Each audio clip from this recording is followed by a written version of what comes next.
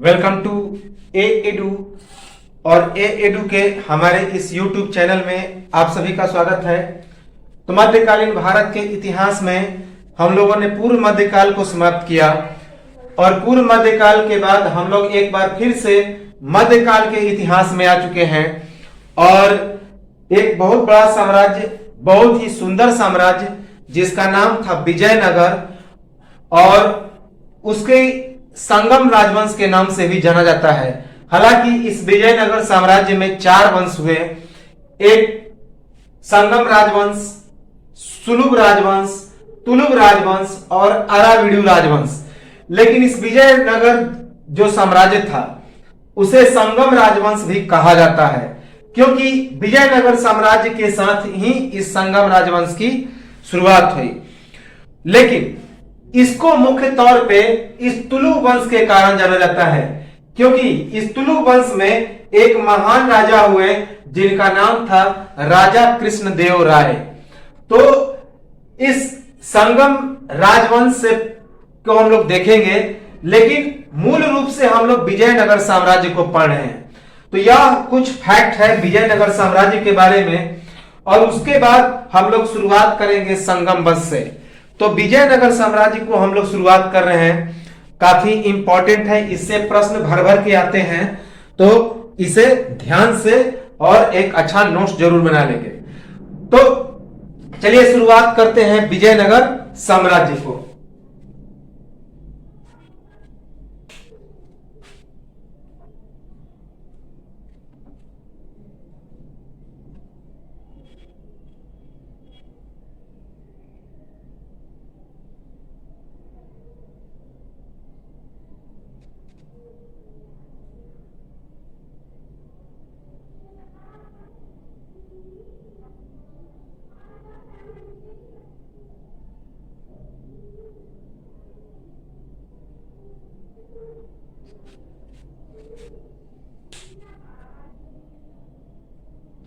तो सबसे पहले इस विजयनगर साम्राज्य के बारे में हम लोग देखें तो विजयनगर की स्थापना हरिहर राय प्रथम और बुक्का राय प्रथम नामक 2 भाइयों ने की थी 1336 ईस्वी में, और यह प्रसिद्ध विजयनगर साम्राज्य के नाम से प्रसिद्ध हुआ।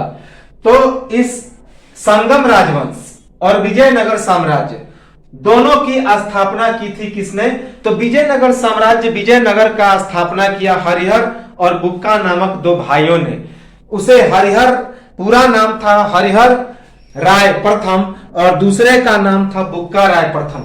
इसमें हरिहर राय प्रथम ज्येष्ठ था, अर्थात बड़ा भाई था, और बुक्का राय प्रथम छोटा भाई था। इन दोनों भाइयों ने 1336 ईस्वी में प्रसिद्ध विजयनगर साम्राज्य की स्थापना की और यह विजयनगर साम्राज्य के नाम से प्रसिद्ध हुआ। संगम राजवंश का भी इन्होंने स्थापना किया। तो विजयनगर साम्राज्य में एक राजवंश की स्थापना की, संगम राजवंश। हालांकि देखिए दोनों ने ही मिलकर इस साम्राज्य की स्थापना किया, लेकिन जब राजा बनने की बारी आई तो सबसे पहले राजा बना हरिहर राय प्रथम, क्योंकि वह बड़ा था। तो यह तो था स्थापना संगम राजवंश का नाम हरिहर एवं बुक्का द्वारा अपने पिता भवन संगम के नाम पर। तो उन्होंने विजयनगर साम्राज्य में जिस राजवंश की स्थापना की उसका नाम था संगम राजवंश। और यह संगम राजवंश ही उन्होंने क्यों रखा? क्योंकि उनके पिता का नाम था भवन संगम। तो भवन संगम के नाम पर इस राजवंश का नाम रखा। और एक बात याद रखेंगे, इस भवन संगम के 4 पुत्र थे, जिसमें सबसे बड़ा था हरिहर और उसके बाद बुक्का और अन्य 2 छोटे भाई थे। तो संगम राजवंश का नाम हरिहर एवं बुक्का के द्वारा, जो उसके पिता भवन संगम के नाम पर रखा गया। तो हरिहर प्रथम और बुक्का प्रथम के द्वारा विजयनगर साम्राज्य की स्थापना अपने संत विद्यारण्य के आशीर्वाद से तथा श्रृंगेरी के मठाधीश विद्या तीर्थ के आशीर्वाद से।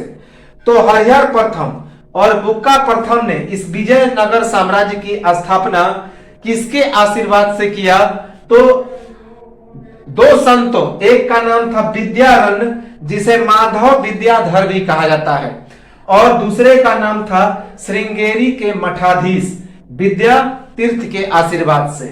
तो हरिहर प्रथम और बुक्का प्रथम ने विजयनगर साम्राज्य की स्थापना अपने दो संत, एक का नाम था विद्यारण्य या फिर माधव विद्याधर, और दूसरा जो संत थे वे श्रृंगेरी के मठाधीश विद्या तीर्थ, उनके आशीर्वाद से यह विजयनगर साम्राज्य का नाम पड़ा। किसके द्वारा? तो हरिहर और बुक्का के द्वारा।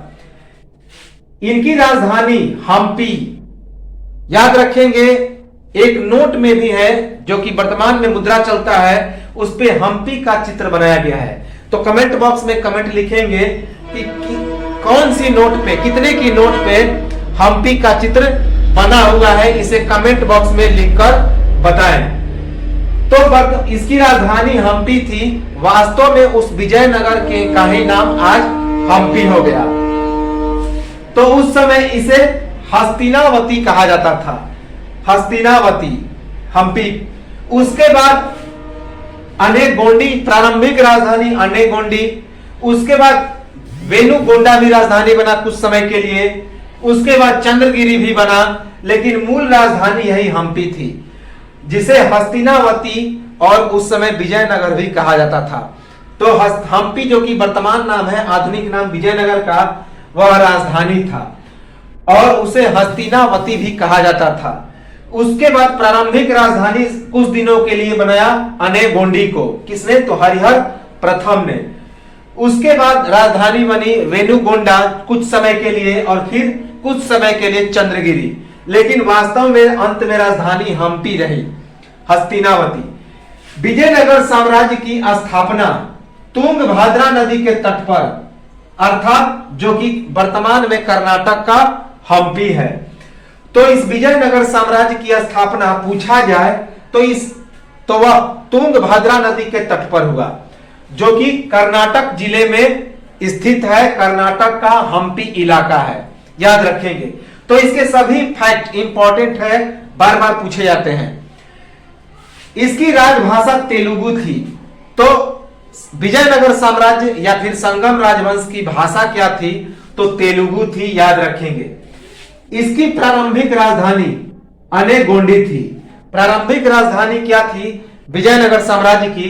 तो अनेगोंडी थी, याद रखेंगे, अनेगोंडी।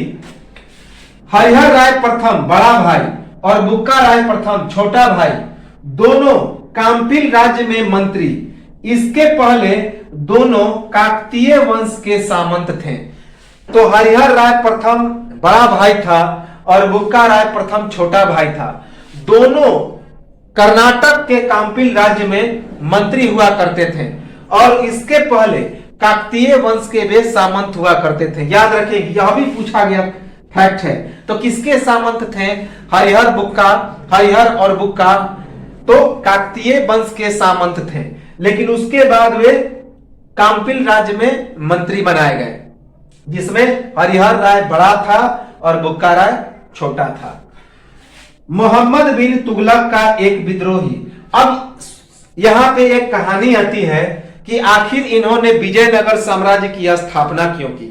तो एक बार इसे ध्यान से सुन लें कि जिस समय इस विजयनगर साम्राज्य की स्थापना हुई 1336 ईस्वी में, तो उस समय दिल्ली सल्तनत पर मोहम्मद बिन तुगलक का शासनकाल था।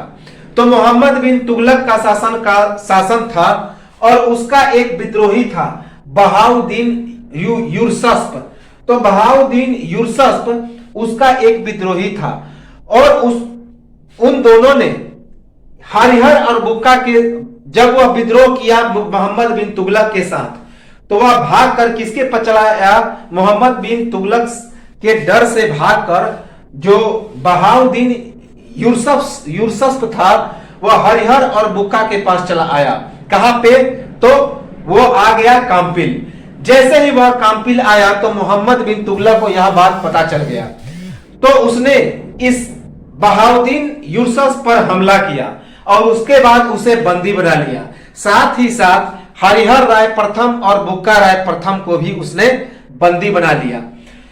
लेकिन बंदी बनाने के बाद हरिहर और बुक्का राय प्रथम को मोहम्मद बिन तुगलक ने जबरदस्ती इस्लाम कबूलने पर इस्लाम स्वीकार करने पर दबाव डाला और उन्होंने इसके दबाव से इस्लाम धर्म को स्वीकार कर लिया। किसने? तो हरिहर और बुक्का ने। जैसे ही उन्होंने इस्लाम धर्म को कबूला तो उसके बाद मोहम्मद बिन तुगलक ने इन दोनों भाइयों को क्या कर लिया? कैदी बना लिया, बंदी बना लिया। लेकिन कुछ दिनों के बाद उन्हें मोहम्मद बिन तुगलक को पता लगा कि ये दोनों भाई काफी अच्छे सामंत हैं, लड़ाकू हैं। तो इसी कारण हरिहर राय प्रथम और बुक्का राय प्रथम को मोहम्मद बिन तुगलक ने दक्षिण के अभियान पे भेजा, क्योंकि दक्षिण में वहां काफी विद्रोह हो रहा था। तो इसी विद्रोह को शांत करने के लिए मोहम्मद बिन तुगलक ने दोनों भाइयों को दक्षिण के अभियान पर भेजा। जब ये दक्षिण पहुंचे तो वहां पर उनकी मुलाकात उन्हीं के गुरु, जिसका नाम था विद्यारण्य और श्रृंगेरी के मठाधीश विद्यातीर्थ से मुलाकात हुई। लेकिन विद्यातीर्थ श्रृंगेरी के मठाधीश विद्यातीर्थ से मुलाकात करने के बाद उन्होंने फिर वापस विद्यारण्य से मुलाकात किया। विद्यारण्य और इस श्रृंगेरी के मठाधीश विद्यातीर्थ के आशीर्वाद से तुंगभद्रा नदी के तट पर उन्होंने एक सुंदर विजयनगर साम्राज्य का स्थापना किया और फिर संगम वंश की वहीं पे शुरुआत कर दी। तो उन्होंने प्रेरणा उन्हीं से ली। तो ये तो था कहानी किस प्रकार से विजयनगर साम्राज्य का स्थापना हुआ हरिहर और बुक्का राय प्रथम के द्वारा।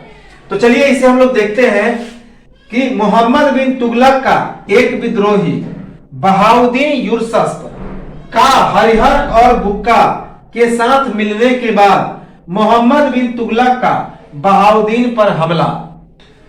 परिणाम स्वरूप हरिहर और बुक्का भी कब्जा में। तो हरिहर और बुक्का को भी उसने क्या कर लिया? कैद कर लिया, अपने कब्जा में कर लिया। हरिहर और बुक्का पर अधिकार कर मोहम्मद बिन तुगलक ने उनसे इस्लाम स्वीकार कराया और बाद में मोहम्मद बिन तुगलक ने हरिहर और बुक्का को दक्षिण अभियान में वहां पर विद्रोह शांत करने के लिए भेजा, जहां उनकी मुलाकात उनके गुरु विद्यारण्य से हुई और हरिहर तथा बुक्का को विद्यारण्य ने उनका शुद्धिकरण किया। शुद्धिकरण का मतलब होता है उनके इस्लाम धर्म से एक बार फिर से हिंदू धर्म में परिवर्तित किया, अर्थात उसको शुद्ध किया कि आपको फिर इस्लाम से हमने हिंदू धर्म में शुद्ध कर दिया, वापस हिंदू धर्म में परिवर्तित कर दिया। तो वही शुद्धिकरण कहा जाता है कि इस्लाम से हिंदू धर्म में बदल देना।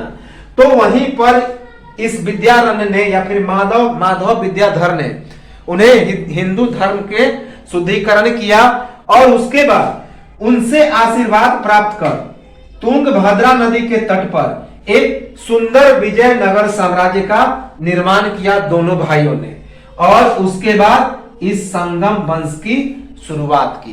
तो यह तो था कहानी किस प्रकार से। यह भी पूछा जाता है कि उसके समकालीन कौन थे जिस समय यह विजयनगर साम्राज्य की स्थापना हुई। तो हरिहर राय प्रथम और बुक्का राय प्रथम के समय तो उसका नाम था मोहम्मद बिन तुगलक, दिल्ली का सुल्तान उस समय था। और उसका विद्रोही कौन था? तो बहाउद्दीन यूसुफ। यह भी फैक्ट कई बार पूछा गया है, तो इसे याद रखेंगे। हरिहर तथा बुक्का को प्रेरणा विद्यारण्य तथा वेदों के भाष्यकार सायन से तुंगभद्रा नदी के तट पर। तो एक और गुरु से उन्हें मुलाकात हुई जिसका नाम था सायन, जो वेदों के भाष्यकार थे, अर्थात वेदों पर टीका लिखते थे, वेदों का कटाक्ष करते थे। तो वेदों के भाष्यकार जिसका नाम था सायन, उनसे और विद्यारण्य अर्थात माधव विद्याधर के प्रेरणा से तुंगभद्रा नदी के तट पर हरिहर और बुक्का को प्रेरणा मिली। किस चीज की? तो विजयनगर साम्राज्य की स्थापना की। याद रखेंगे। और श्रृंगेरी में किससे मिले? तो विद्यातीर्थ, उनका भी आशीर्वाद मिला इस विजयनगर साम्राज्य को स्थापना करने में। श्रृंगेरी के मठाधीश विद्यातीर्थ। अब विजयनगर साम्राज्य के ऐतिहासिक स्रोत क्या है, कि विजयनगर साम्राज्य की जानकारी कौन कौन से साहित्यों से मिलती है, किन किन ग्रंथों से जानकारी मिलती है, तो उसे हम लोग देखें। तो पहला तो है बाबरनामा। बाबरनामा हमने बताया था कि बाबर के द्वारा लिखित उसकी आत्मकथा, तो बाबर के द्वारा लिखित उसकी आत्मकथा बाबरनामा से इस विजयनगर साम्राज्य की विशालतम और महानतम साम्राज्य की जानकारी प्राप्त होती है। किससे? तो बाबरनामा से। उसके बाद अमुक्तामाल्यद, बहुत ही इंपॉर्टेंट है, बार बार एग्जाम में आते रहता है। तो अमुक्तामाल्यद यह राजा कृष्णदेव के द्वारा लिखित ग्रंथ तेलुगु में, तो राजा कृष्णदेव के द्वारा तेलुगु में लिखित ग्रंथ अमुक्तामाल्यद के द्वारा भी इस विजयनगर साम्राज्य की जानकारी मिलती है। इसके बाद अगला है जाम्बवती कल्याणम। जाम्बवती कल्याणम यह राजा कृष्णदेव के द्वारा लिखित संस्कृत में एक ग्रंथ है। तो राजा कृष्णदेव के द्वारा लिखित संस्कृत में ग्रंथ जाम्बवती कल्याणम के द्वारा भी इस विजयनगर साम्राज्य के ऐतिहासिक स्रोत की जानकारी प्राप्त होती है। उसके बाद उषा परिणय, यह भी राजा कृष्णदेव के द्वारा लिखित तेलुगु भाषा में एक महान ग्रंथ उषा परिणय। उषा परिणय राजा कृष्णदेव के द्वारा लिखित तेलुगु भाषा में एक महान ग्रंथ है, उससे भी इस विजयनगर साम्राज्य की जानकारी प्राप्त होती है। उसके बाद क्रॉनिकल ऑफ फर्नांस नूनीज। तो क्रॉनिकल ऑफ फर्नांस नूनीज नामक एक विदेशी पुस्तक है, विदेशी ग्रंथ है, जिसकी रचना पुर्तगाली यात्री नूनीज के द्वारा की गई। पुर्तगाली यात्री नूनीज के द्वारा लिखित एक महत्वपूर्ण ग्रंथ जिसका नाम है क्रॉनिकल ऑफ फर्नांस नूनीज। तो इस विजयनगर साम्राज्य के अंतर्गत यह आया हुआ था भारत के यात्रा में। नूनीज जो कि एक पुर्तगाली यात्री था, उसने यह पुस्तक लिखी। उसके बाद अगला पुस्तक है अच्युत रामोदय। अगला जो ग्रंथ है उसका नाम है अच्युत रामोदय, जो अच्युत राय के दरबारी कवि राजनाथ डिमडिम के द्वारा लिखित।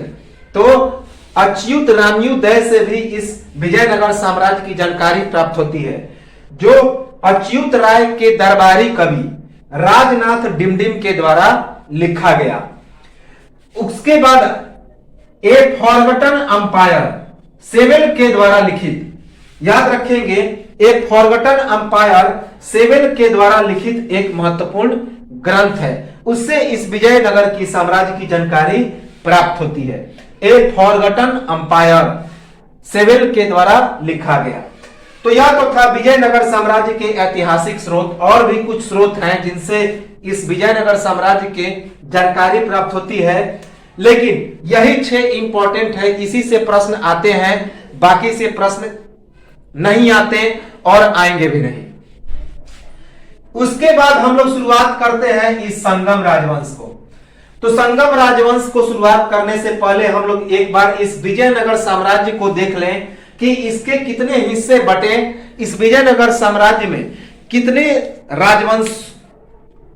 राजवंशों ने शासन किया और उस राजवंशों में कौन कौन से शासक हुए। तो सबसे पहले देखें कि विजयनगर साम्राज्य में 4 राजवंश हुए। पहला जो था वह संगम राजवंश था। उसके बाद अगला राजवंश स्थापित हुआ सुलुग राजवंश, उसके बाद तुलुग राजवंश, उसके बाद अराविडु राजवंश। तो विजयनगर साम्राज्य में 4 राजवंशों ने शासन किया। पहला संगम राजवंश, अभी हमने बताया इसकी स्थापना हरिहर और बुक्का, हरिहर राय प्रथम और बुक्का राय प्रथम नामक 2 भाइयों ने की। उसके बाद सुलुग राजवंश, इसकी स्थापना नरसिंह देव राय ने किया, इसकी स्थापना नरसिंह देव राय ने किया। उसके बाद तुलुग राजवंश, तुलुग राजवंश की स्थापना नरसिंह नायक ने किया, तुलुग नरसिंह नायक ने किया। उसके बाद अराविडु राजवंश, जिसकी स्थापना आलिया राम राय ने किया। तो ये तो थे 4 राजवंश विजयनगर साम्राज्य के, याद रखेंगे, संगम राजवंश, सुलुग राजवंश, तुलुग राजवंश और अराविडु राजवंश। ये विजयनगर साम्राज्य के 4 राजवंश थे। हम लोग बारी बारी से पूरा डिटेल में इसे देखेंगे। तो कौन कौन से शासक हुए? सबसे पहले संगम राजवंश में तो संगम राजवंश में सबसे पहला शासक हुआ हरिहर राय प्रथम। हरिहर राय प्रथम जिसका शासनकाल 1336 से 1356 ईस्वी तक था, जो संस्थापक था। उसके बाद बुक्का राय प्रथम 1356 ईस्वी से 1377 ईस्वी तक। देखिए हरिहर और बुक्का दोनों का शासन अलग अलग है, लेकिन दोनों ने मिलकर इस विजयनगर की स्थापना की, संगम राजवंश की स्थापना की। विजयनगर साम्राज्य की स्थापना दोनों ने मिलकर की, लेकिन जब राजवंश विजयनगर जब स्थापना हो गया तो संगम राजवंश बना। तो राजवंश जब निर्माण होगा तो राजा तो कोई एक बनेगा, तो इसमें बड़ा भाई था हरिहर, तो इसी कारण वह राजा बना, लेकिन स्थापना दोनों ने मिलकर किया। तो इसी वजह से कंफ्यूजन नहीं होना है। हरिहर राय प्रथम 1336 ईस्वी से 1356 ईस्वी तक यह शासक रहता है, प्रथम शासक संगम राजवंश का। उसके बाद बुक्का राय प्रथम उसका भाई 1356 से 1377 ईस्वी तक। हालांकि 1346 के युद्ध में यह हरिहर राय प्रथम के साथ ही रहता है। हर एक युद्ध में बुक्का राय प्रथम हरिहर राय प्रथम के साथ रहता है, लेकिन राजा वास्तव में संभालता कौन है? तो हरिहर राय प्रथम। लेकिन हर एक काम में वह साथ रहता है कौन? तो बुक्का राय प्रथम। बुक्का राय प्रथम 1356 से 1377 ईस्वी। इसके बाद हरिहर राय द्वितीय 1377 से 1404 ईस्वी। उसके बाद विरूपाक्ष राय 1404 से 1405 ईस्वी। उसके बाद बुक्का राय द्वितीय 1405 से 1406 ईस्वी। उसके बाद देवराय प्रथम 1406 से 1422 ईस्वी। उसके बाद रामचंद्र राय जो 1422 ईस्वी में ही शासक रहता है कुछ ही दिनों तक। उसके बाद वीर विजय बुक्का राय 1422 से 1424 ईस्वी। उसके बाद देवराय द्वितीय 1424 से 1446 ईस्वी। उसके बाद मल्लिकार्जुन राय 1446 से 1465 ईस्वी। उसके बाद विरूपाक्ष राय द्वितीय 1465 से 1485 ईस्वी। उसके बाद अंतिम शासक प्रौढ़ राय जो कि 1485 ईस्वी तक 1485 ईस्वी में ही कुछ ही दिनों तक रहता है, जिसको सुलभ नरसिंह देव राय नामक एक सामंत ने उसको पराजित करके एक नए राजवंश की स्थापना की, सुलभ राजवंश की। हालांकि कुछ इतिहासकार विरूपाक्ष राय द्वितीय को ही अंतिम शासक मानते हैं, तो वास्तव में अंतिम शासक था प्रौढ़ राय। हम लोग बारी बारी से डिटेल में देखेंगे तो सारी चीजें क्लियर हो जाएगी। अब आते हैं सुलभ राजवंश में। तो सुलभ राजवंश में 3 शासक हुए। पहला सुलभ राजवंश को सार्व राजवंश भी कहा जाता था, याद रखेंगे।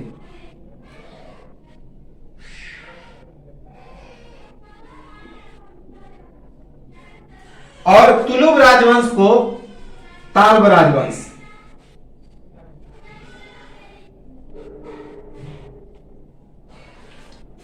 तो पहले सुलभ या साल्व नरसिंह देव राय जिसका शासनकाल 1485 से 1491 ईस्वी तक था, इसने सुलभ राजवंश या साल्व राजवंश की स्थापना की थी। उसके बाद थिम्प भूपाल जो मात्र 1491 ईस्वी तक कुछ ही तक शासन 1491 में कुछ ही दिन तक शासक रहता है, थिम्प भूपाल। इसके बाद अगला शासक बनता है नरसिंह देव राय द्वितीय जो 1491 से 1505 ईस्वी तक रहता है। इसके बाद सुलभ राजवंश समाप्त हो जाता है। इसके बाद इसका सामंत जिसका नाम था तुलुभ नरसिंह नायक, जिसने इस तुलुभ राजवंश की स्थापना की। तो तुलुभ राजवंश में 5 शासक हुए, जिसे ताल्ब राजवंश भी कहा जाता है। तुलुभ नरसिंह नायक जो 1491 से 1503 ईस्वी तक शासक रहा, 1491 से 1503 ईस्वी। इसके बाद वीर नरसिंह राय 1503 से 1509 ईस्वी। वीर नरसिंह राय 1503 से 1509 ईस्वी। इसके बाद महान शासक कृष्णदेव राय जिसका शासनकाल 1509 से 1529 ईस्वी तक। 1509 से 1529 ईस्वी। उसके बाद अच्युत देव राय 1529 से 1542 ईस्वी। इसके बाद अंतिम जो था तालु वंश का शासक सदाशिव राय, जो 1542 से 1570 ईस्वी तक था, सदाशिव राय। इसके बाद अराबीडू राजवंश, अराबीडू राजवंश जिसका संस्थापक था आलिया राम राय, आलिया राम राय जिसका शासनकाल 1542 से 1565 तक था। उसके बाद तिरुमल देव राय 1565 से 1572 ईस्वी। इसके बाद श्रीरंग प्रथम महान शासक था जिसका शासनकाल 1572 से 1586 ईस्वी तक था। इसके बाद वेंकट द्वितीय जिसका शासन 1586 से 1614 ईस्वी तक था।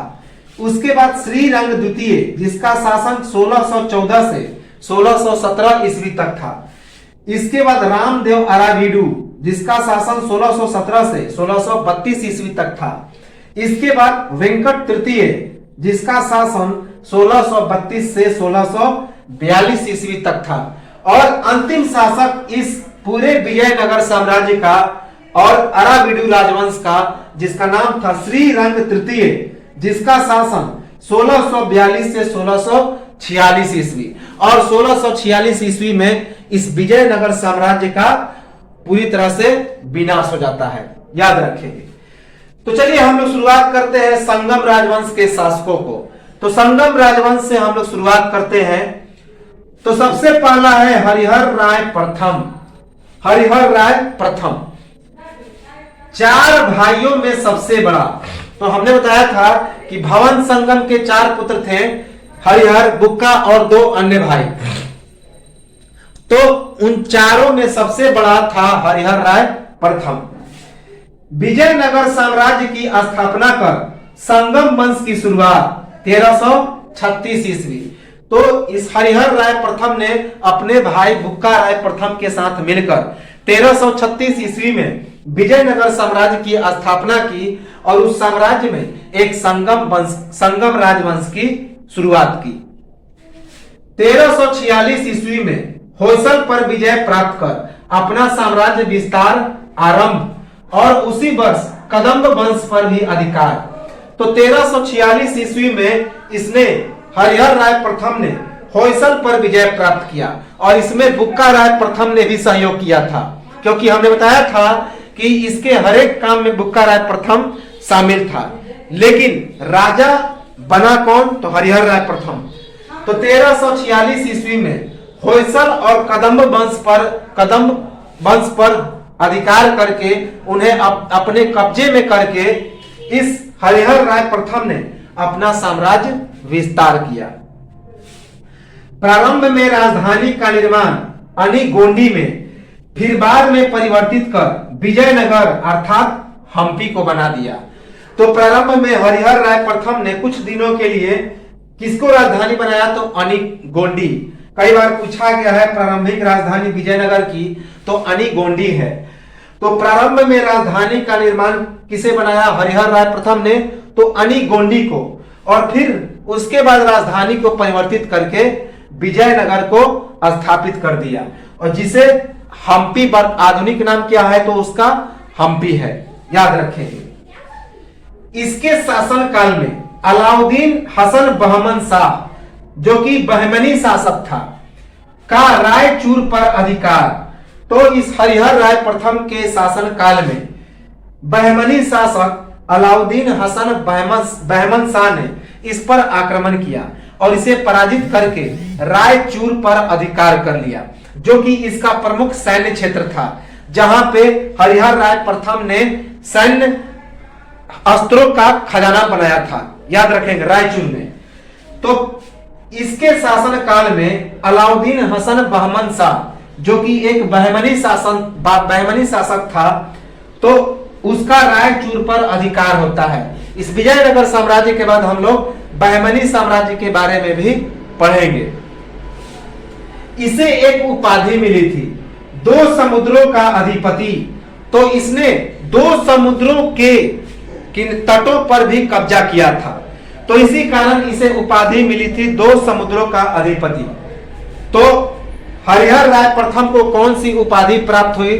2 समुद्रों का अधिपति। तो यह तो था संगम राजवंश की शुरुआत, विजयनगर साम्राज्य की शुरुआत। इसका एक स्क्रीनशॉट लेंगे और मिलेंगे हम लोग इस महान साम्राज्य के आगे के कुछ फैक्ट को, और उसे कंटिन्यू करेंगे और एक स्क्रीनशॉट लें और मिलेंगे कुछ समय के बाद।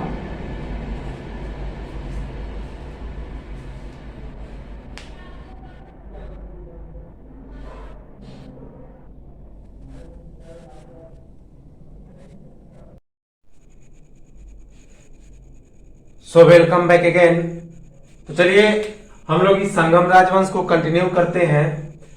एक चीज याद रखेंगे कि यह जो संगम राजवंश या फिर विजयनगर साम्राज्य था, यह दक्षिण भारत का अंतिम हिंदू राजवंश था। याद रखेंगे इसे कि साउथ इंडिया का जो लास्ट हिंदू डायनेस्टी था वह यही विजयनगर साम्राज्य। तो विजयनगर साम्राज्य दक्षिण भारत का अंतिम हिंदू राजवंश था, याद रखेंगे। तो चलिए उसे कंटिन्यू करते हैं। हरिहर राय प्रथम को हम लोग देख रहे थे। तो मदुरै के महत्वाकांक्षी सुल्तान जिसने होयसल राजा को पराजित कर उसकी बर्बर हत्या की, उस पर विजय, तो अपने भाई बुक्का राय प्रथम के साथ मिलकर इस हरिहर राय प्रथम ने मदुरै के महत्वाकांक्षी सुल्तान पर विजय प्राप्त की। हालांकि इसमें हरिहर राय प्रथम के समय जो विजय हुआ था वह आंशिक विजय हुआ था। वास्तविक विजय इस बुक्का राय प्रथम के समय हुआ। बुक्का राय प्रथम ने अपने पुत्र जिसका नाम था कुमार कंपन, तो उसे भेजा था और मदुरा के सुल्तान पर विजय प्राप्त किया। तो मदुरै के महत्वाकांक्षी सुल्तान वही महत सुल्तान था जिसने होयसल राजा को पराजित किया था, तो उस पर इसने विजय प्राप्त किया। तो मदुरा के महत्वाकांक्षी सुल्तान जिसने होयसल राजा को पराजित कर उसकी बर्बर हत्या की, तो उस पर विजय प्राप्त किया इस हरिहर राय प्रथम ने। होयसल, मदुरै और कदम्बों पर विजय अपने भाई बुक्का राय की मदद से। तो होयसल, मदुरै और कदम्बों पर विजय प्राप्त किया। किसने? तो हरिहर राय प्रथम ने। किसकी सहायता से? तो बुक्का राय प्रथम की सहायता से, अपने भाई बुक्का राय प्रथम की सहायता से। प्रारंभ में विजयनगर साम्राज्य की स्थापना सहयोगी राष्ट्र मंडल के रूप में। तो यह जो हरिहर राय प्रथम था उसने प्रारंभ में इस विजयनगर साम्राज्य की स्थापना अपने छोटे भाई बुक्का राय प्रथम के साथ मिलकर किया। तो किस रूप में किया? तो एक सहयोगी राष्ट्र मंडल के रूप में, कि उस समय के जितने राष्ट्र थे तो उसके सहयोगी के रूप में, याद रखेंगे। बादामी, उदयगिरी और गुटी में स्थित दुर्गों अर्थात किलों को बेहद शक्तिशाली स्थापित किया। तो हरिहर राय प्रथम ने बादामी, उदयगिरी और गुटी में स्थित किलों को बहुत ही मजबूत बनाया, बेहद शक्तिशाली स्थापित किया। तो हरिहर राय प्रथम के शासन काल में उसका छोटा भाई बुक्का राय प्रथम उसका सेनापति के रूप में कार्य कर रहा था और उसके 3 पुत्र थे। एक का नाम था कंपन और दूसरे का नाम था मुदप्पा और तीसरे का नाम था मरप्पा। तो मुदप्पा, मरप्पा और एक पुत्र का नाम था कंपन, जिसे कुमार कंपन या फिर कंपा भी कहा जाता था। तो उसके समय सेनापति के रूप में बुक्का राय प्रथम ने अपने पुत्र को, जिसका नाम था कुमार कंपन या फिर कंपा, उसका विवाह गंगा देवी से हुआ और उसने अपने पुत्र को किस अभियान पर भेजा था? तो दक्षिण के अभियान पर भेजा था, मदुरै के अभियान पर भेजा था। और उसके द्वारा उसकी पत्नी गंगा देवी ने अपने पति के मदुरा विजय का अपने ग्रंथ मदुरा विजयम में सजीव वर्णन किया है। तो हरिहर राय प्रथम के समय उसके सेनापति छोटे भाई बुक्का राय प्रथम ने अपने पुत्र जिसका नाम था कुमार कंपन या कंपा, तो उसे मदुरा के अभियान पर भेजा था और मदुरा पर वह विजय प्राप्त कर वापस आया। तो इसी दरमियान उसकी विवाह हुई गंगा देवी से और गंगा देवी ने अपने पति के विजय के उपलक्ष्य में एक ग्रंथ लिखा जिसका नाम था मदुरा विजयम। याद रखेंगे, मदुरा विजयम। विजयनगर में कृषि के विकास के लिए अनेक कार्य, तो हरिहर राय प्रथम ने विजयनगर में कृषि के विकास के लिए अनेक कार्य किए। याद रखेंगे, इसकी मृत्यु 1356 ईस्वी में हुई। तो हरिहर राय प्रथम की मृत्यु कब हुई? तो 1356 ईस्वी में। याद रखेंगे, इसका अन्य नाम था हक या वीर हरिहर राय प्रथम। तो हरिहर राय प्रथम का अन्य नाम क्या था? वीर हरिहर राय प्रथम, या उसे हक भी कहा जाता था। तो हरिहर राय प्रथम या फिर हरिहर, उसका अन्य नाम था हक या फिर वीर हरिहर राय प्रथम। सत्ता में आने के तुरंत बाद ही वर्तमान कर्नाटक के पश्चिमी किनारे पर बारकरू में एक किले का निर्माण, तो जैसे ही हरिहर राय प्रथम सत्ता में आया तो उसने वर्तमान कर्नाटक के पश्चिमी किनारे पर स्थित एक जगह है बारकरू, तो वहां पर एक दुर्ग का निर्माण किया, किले का निर्माण किया। तो सत्ता में आने के तुरंत बाद ही वर्तमान कर्नाटक के पश्चिमी किनारे पर बारकरू में एक किले का निर्माण किया हरिहर राय प्रथम ने। शिलालेखों के अनुसार 1339 ईस्वी में कर्नाटक के उत्तरी भागों का प्रशासन अनंतपुर जिले के गुट्टी में स्थित अपने मुख्यालय से, तो याद रखेंगे काफी इंपॉर्टेंट है कि शिलालेखों से क्या पता चलता है कि जो हरिहर राय प्रथम था उसने अपना मुख्यालय कहां बनाया था? तो अनंतपुर जिला, कर्नाटक के अनंतपुर जिला में गुट्टी नामक स्थान को।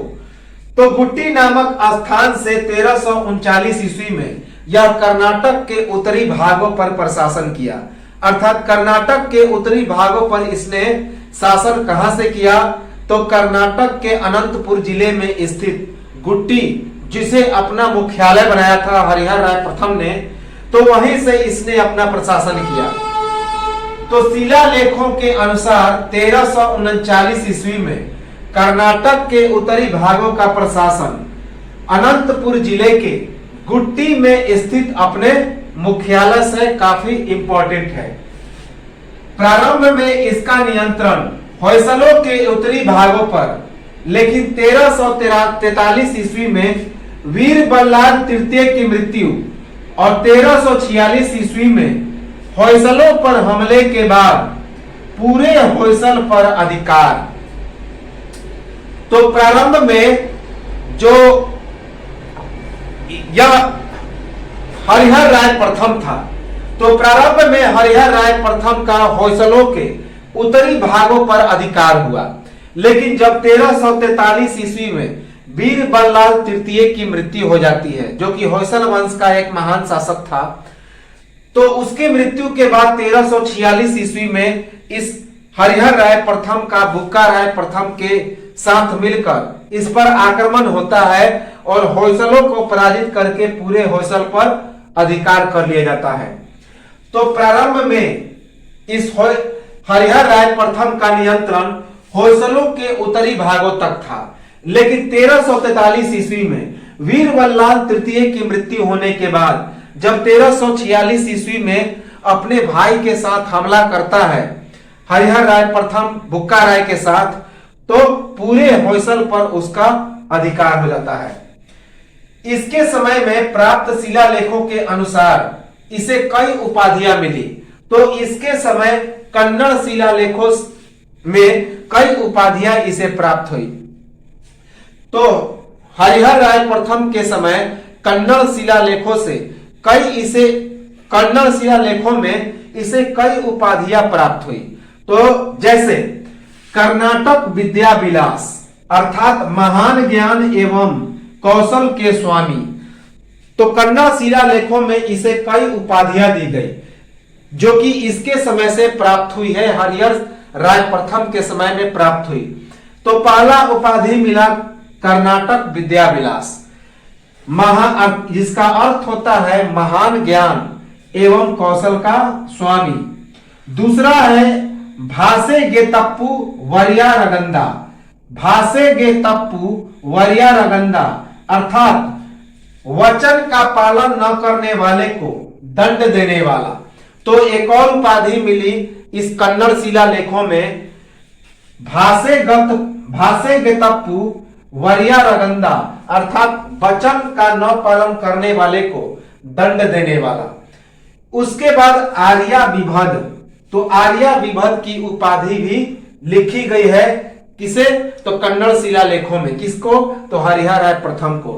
तो आर्या विभद का मतलब होता है शत्रु राजाओं के लिए अग्नि के समान। तो तीन उपाधियां जो है कन्नड़ शिलालेखों में, हरिहर राय प्रथम के समय में प्राप्त कन्नड़ शिलालेखों में उसे तीन उपाधियां दी गई है, तीन उपाधियां लिखी गई है। पहला उपाधि कर्नाटक विद्या विलास, जिसका मतलब होता है महान ज्ञान एवं कौशल का स्वामी। दूसरा भाषे गेतप्पू वरियारगंदा, वचन का न पालन करने वाले को दंड देने वाला। और तीसरा आर्या विभद, जिसका मतलब होता है शत्रु राजाओं के लिए अग्नि के समान। याद रखेंगे। बुक्का के तीन पुत्र थे, एक का नाम था कंपन जो कि नेल्लूर क्षेत्र का। तो याद रखेंगे कि हरिहर राय प्रथम ने बुक्का के तीनों पुत्रों को अलग अलग क्षेत्रों का प्रशासन दिया था और खुद बुक्का उनका सेनापति बन बैठा था। तो इसके प्रारंभ बुक्का के तीनों पुत्रों कंपन जो कि जिसको नेल्लूर क्षेत्र का प्रशासन दिया था हरिहर राय प्रथम ने, मुदप्पा जिसको मूल बागलू क्षेत्र का प्रशासन दिया था, और मरप्पा जिसे चंद्रगुटी क्षेत्र का प्रशासक बनाया था इस हरिहर राय प्रथम ने। जबकि बुक्का राय इनके उप सेनापति थे। वास्तव में हरिहर राय प्रथम का यह सेनापति था बुक्का राय जब हरिहर राय राजा था, लेकिन इन तीनों पुत्रों का यह उप सेनापति था बुक्का राय प्रथम। तो बुक्का के तीनों पुत्रों कंपन, जिसे क्या कहा गया, तो कुमार कंपन या कंपा भी कहा जाता था, जिसकी पत्नी का नाम था कौन, गंगा देवी, और जिसने एक किताब लिखा था मधुरा विजयम अपने पति के मधुरा विजय के उपलक्ष्य में। याद रखिए, काफी इंपॉर्टेंट है मधुरा विजयम।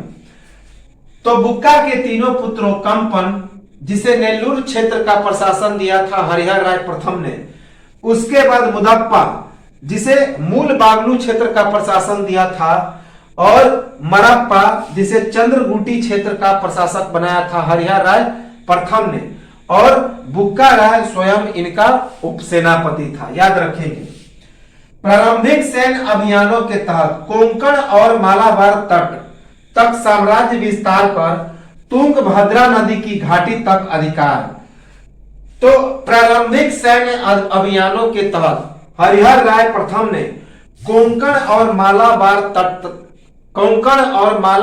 तट तक अपना साम्राज्य विस्तार किया और तुंगभद्रा नदी की घाटी तक भी अधिकार कर लिया। तो प्रारंभिक सैन्य अभियानों के तहत कोंकण और मालाबार तट तक साम्राज्य विस्तार कर तुंगभद्रा नदी की घाटी तक उसने अधिकार कर लिया। किसने, तो हरिहर राय प्रथम ने।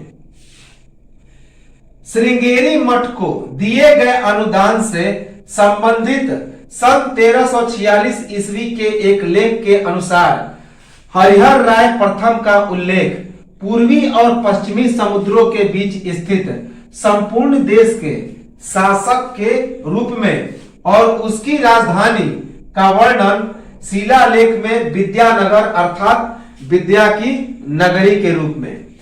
तो श्रृंगेरी मठ को इसने एक अनुदान दिया था। कब? 1346 ईस्वी में। तो श्रृंगेरी मठ को दिए गए अनुदान से संबंधित सन 1346 ईस्वी में एक लेख में क्या पता चलता है कि हरिहर राय प्रथम का उल्लेख इसमें क्या लिखा गया है कि यह पूर्वी और पश्चिमी समुद्रों के बीच स्थित संपूर्ण देश का शासक था।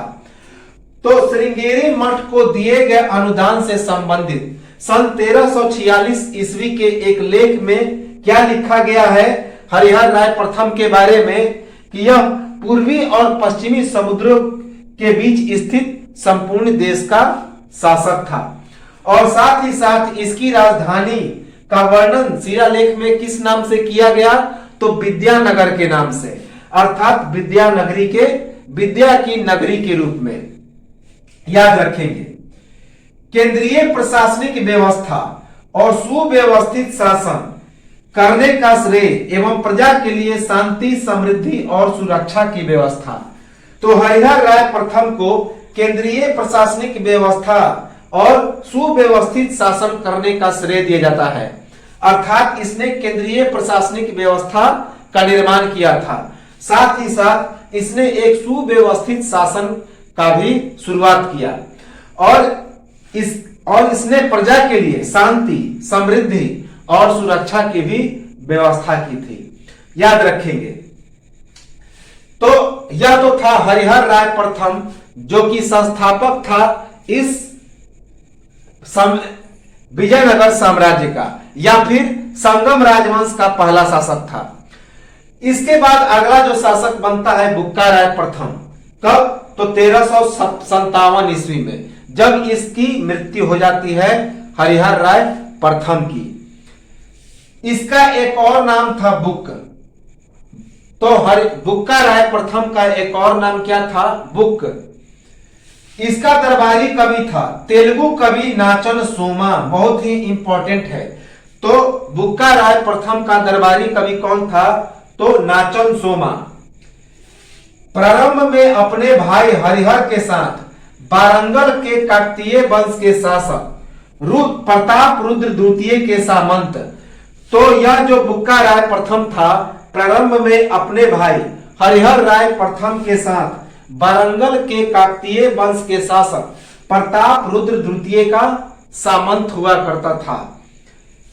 1327 ईस्वी में अपने भाई हरिहर सहित मुगलों के बंदी बनकर दिल्ली रवाना और जबरन इस्लाम धर्म स्वीकार।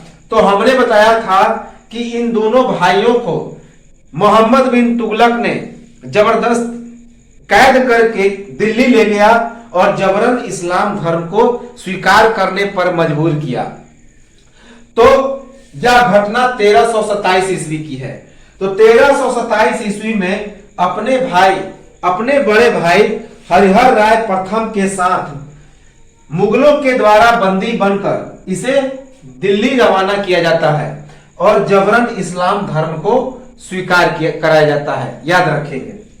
तो 1327 ईस्वी में अपने बड़े भाई हरिहर सहित मुगलों के बंदी बनकर दिल्ली रवाना और जबरन इस्लाम धर्म स्वीकार।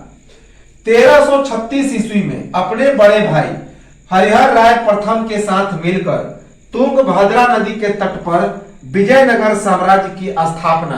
तो 1336 ईस्वी में अपने बड़े भाई हरिहर राय प्रथम के साथ मिलकर बुक्का राय प्रथम ने कौन सी साम्राज्य की स्थापना की? तो विजयनगर साम्राज्य की स्थापना की। 1357 ईस्वी में अपने बड़े भाई की मृत्यु के बाद इस संगम वंश का अगला शासक बनता है। तो 1357 ईस्वी में अपने बड़े भाई जिसका नाम था हरिहर राय प्रथम, उसकी मृत्यु के बाद अगला शासक बनता है संगम वंश का बुक्का राय प्रथम। पुत्र कुमार कंपन को याद रखेंगे, यहां पे भाई नहीं पुत्र होगा। तो पुत्र कुमार कंपन को भेजकर मदुरा से मुसलमानों को भगाया। तो मदुरा में अपने पुत्र को भेजा था किसने? तो बुक्का राय प्रथम ने कुमार कंपन को, और मदुरा से मुसलमानों को उसने क्या कर दिया? भगा दिया। और इसी के बाद यह किताब लिखा गया था मदुरा विजयम। किसने लिखा था? तो कुमार कंपन की पत्नी जिसका नाम था गंगा देवी। तो पुत्र कुमार कंपन को भेजकर मदुरा से मुसलमानों को भगाया। कब? तो 1371 ईस्वी में। याद रखेंगे कि 1371 ईस्वी में मदुरै के सुल्तान को पराजित कर दक्षिण में रामेश्वरम तक पराजय।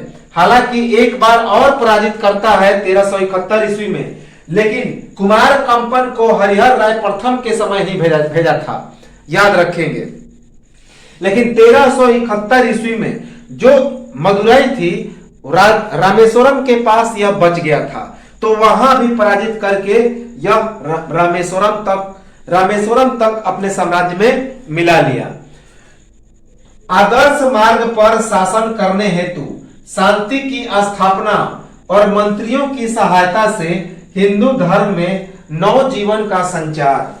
तो आदर्श मार्ग पर शासन करने के लिए बुक्का राय प्रथम ने शांति की स्थापना की और मंत्रियों की सहायता से हिंदू धर्म में एक नवजीवन का संचार किया।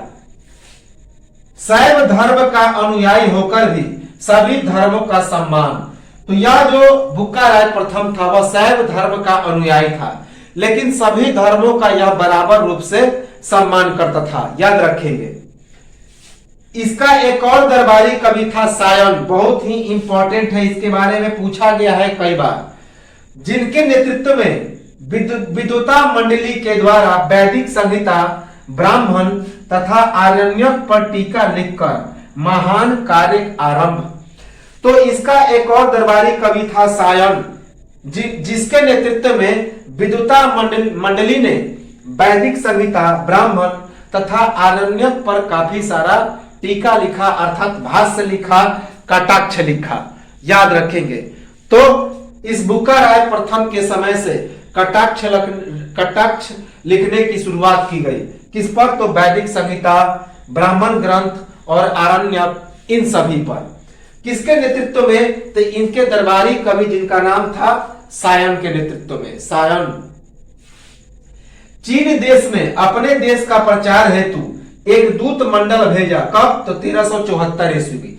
1374 ईस्वी में बुक्का राय प्रथम ने अपना एक दूत मंडल भेजा। कहां पे? तो चीन में, अपने देश का प्रचार करने के लिए, अपने साम्राज्य का प्रचार करने के लिए कि हमारा साम्राज्य कितना भव्य है, कितना बेहतर है, कितना सुंदर है। तो चीन देश में अपने देश का प्रचार करने हेतु एक दूत मंडल भेजा। कब? तो 1374 ईस्वी में। किसने? तो बुक्का राय प्रथम ने। याद रखेंगे। माधवाचार्य द्वारा बुक्का राय प्रथम की प्रशंसा में जेमिनी न्यायालय में लिखे गए शब्द जागृति, श्रुति, प्रसंग, चरित, श्री बुक्कन क्षमापति। तो माधवाचार्य ने बुक्का राय प्रथम की प्रशंसा में जैमिनी न्यायालय में कुछ शब्द लिखे। तो वो शब्द क्या थे? जागृति, श्रुति, मत, प्रसंग, चरित, श्री बुक्कन क्षमापति। याद रखेंगे। तो कहां पे लिखा था माधवाचार्य ने बुक्का राय प्रथम की प्रशंसा में ये शब्द? तो जैमिनी न्यायालय में। यह भी पूछा गया फैक्ट है। एक मत के अनुसार जाति वाल्मीकि। तो एक मत क्या कहता है कि यह जो हरिहर और बुक्का का जो जाति था वह कौन सी जाति का था? तो वाल्मीकि जाति का। तो एक मत के अनुसार इस हरिहर और बुक्का की जो जाति थी वह कौन सी जाति थी? तो वाल्मीकि जाति। याद रखेंगे कि हरिहर और बुक्का कौन सी जाति से संबंधित रखते थे? तो वाल्मीकि जाति से, ऐसा एक मत के अनुसार पता चलता है। इसके शासन काल में विदेशी यात्री नूनीज का आगमन काफी इंपॉर्टेंट है। तो बुक्का राय प्रथम के शासन काल में एक विदेशी यात्री भारत आता है, विजयनगर में आता है, जिसका नाम था नूनीज, याद रखेंगे नूनीज। अपने भाई हरिहर राय प्रथम की तरह राजा एवं महाराजा की उपाधि धारण नहीं।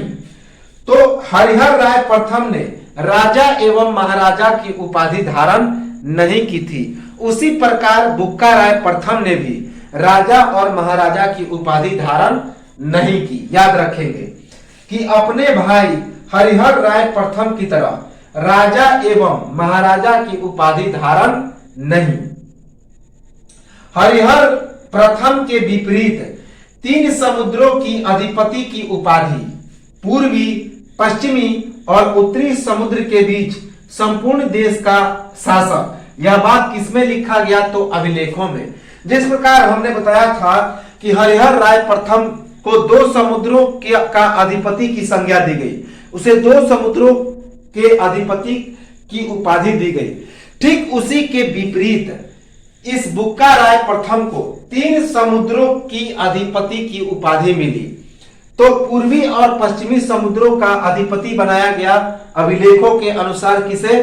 तो हरिहर राय प्रथम को। लेकिन अभिलेखों में इसे 3 समुद्रों का अधिपति बताया गया है, पूर्वी, पश्चिमी और उत्तरी समुद्र के बीच का संपूर्ण देश का शासक। याद रखेंगे। इसे एक महत्वपूर्ण उपाधि मिली थी, काफी इंपॉर्टेंट, वेद मार्ग प्रतिष्ठापक। तो यह बेहद ही इंपॉर्टेंट फैक्ट है कि वेद मार्ग प्रतिष्ठापक की उपाधि किसे मिली? तो इस बुक्का राय प्रथम को, क्योंकि वेदों का इसने टीका प्रारंभ किया। इसके समय में जो दरबारी कवि थे, सायन के नेतृत्व में उन्होंने ब्राह्मण, आरण्यक और वैदिक ग्रंथों का टीका आरंभ किया। इसी कारण इसे एक महत्वपूर्ण उपाधि प्राप्त हुई, वेद मार्ग प्रतिष्ठापक। इसे याद रखेंगे, बहुत ही इंपॉर्टेंट है। अपने बड़े भाई हरिहर राय प्रथम की तरह तेलुगु साहित्य को प्रोत्साहन। तो जिस प्रकार हरिहर राय प्रथम ने तेलुगु साहित्य को प्रोत्साहित किया था, तो बुक्का राय प्रथम ने भी अपने बड़े भाई हरिहर राय प्रथम की तरह तेलुगु साहित्य को काफी प्रोत्साहित किया। बहमनी साम्राज्य और विजयनगर साम्राज्य के बीच उत्पन्न विवाद के कारण कृष्णा नदी को दोनों राज्यों के बीच की सीमा का निर्माण। तो इसके समय बहमनी साम्राज्य और विजयनगर साम्राज्य के बीच काफी तनाव चल रहा था। तो इसी विवाद के कारण इसने बुक्का राय प्रथम ने कृष्णा नदी को दोनों राज्यों की सीमा रेखा बना दी। तो तेलुगु बहमनी साम्राज्य और विजयनगर साम्राज्य के बीच उत्पन्न विवाद के कारण कृष्णा नदी को इस बुक्का राय प्रथम ने दोनों राज्यों की सीमा रेखा का निर्माण किया। यह भी काफी इंपॉर्टेंट है। तो बहमनी साम्राज्य और विजयनगर साम्राज्य की सीमा रेखा कौन है? तो कृष्णा नदी। किसने बनाया? तो बुक्का राय प्रथम ने। क्यों? क्योंकि दोनों के बीच काफी समय से विवाद चल रहा था। क्योंकि हमने बताया था कि हसन ने इस हरिहर राय प्रथम के समय आक्रमण किया था। याद रखेंगे। इसकी मृत्यु 1377 ईस्वी में हुई थी। तो बुक्का राय प्रथम की मृत्यु कब हुई थी? तो 1377 ईस्वी में। दक्षिण भारत के अधिकांश भागों पर विजय प्राप्त कर अपने साम्राज्य की सीमाओं का सतत विस्तार। तो दक्षिण भारत के अधिकांश भागों पर विजय प्राप्त कर बुक्का राय प्रथम ने अपने साम्राज्य की सीमाओं का सतत विस्तार किया, लगातार विस्तार किया। याद रखेंगे। 1360 ईस्वी में आरकोट के सांबुब राय के राज्य और कोंदा विदु के रेड्डियों पर विजय तथा पेनुकोंडा के आसपास के क्षेत्रों पर भी कब्जा। तो 1360 ईस्वी में बुक्का राय प्रथम ने आरकोट के सांबुब राय के राज्य पर विजय प्राप्त किया और कोंदाविद के रेड्डी जनजाति पर भी विजय प्राप्त किया। साथ ही पेनुकोंडा के आसपास के क्षेत्रों पर भी इसने कब्जा कर लिया। तो 1360 ईस्वी में आरकोट के सांबुब राय के राज्य और कोंदाविदु के रेड्डी जनजाति पर इसने कब्जा किया। साथ ही पेनुकोंडा के आसपास के क्षेत्रों पर भी इसने बुक्का राय प्रथम ने अधिकार कर लिया।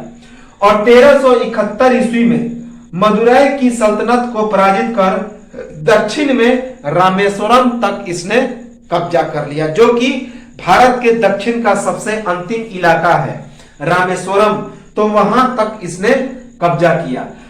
और एक बात की अभी हमने बताया था कि विजयनगर जो था वह दक्षिण भारत का अंतिम हिंदू राजवंश था। तो ये तो था बुक्का राय प्रथम। कुछ फैक्ट बुक्का राय प्रथम के बचे हुए हैं जो हम देखेंगे अगले वीडियो में, और एक स्क्रीनशॉट लें और मिलेंगे हम लोग बुक्का राय प्रथम को लेकर एक बार फिर से। तब तक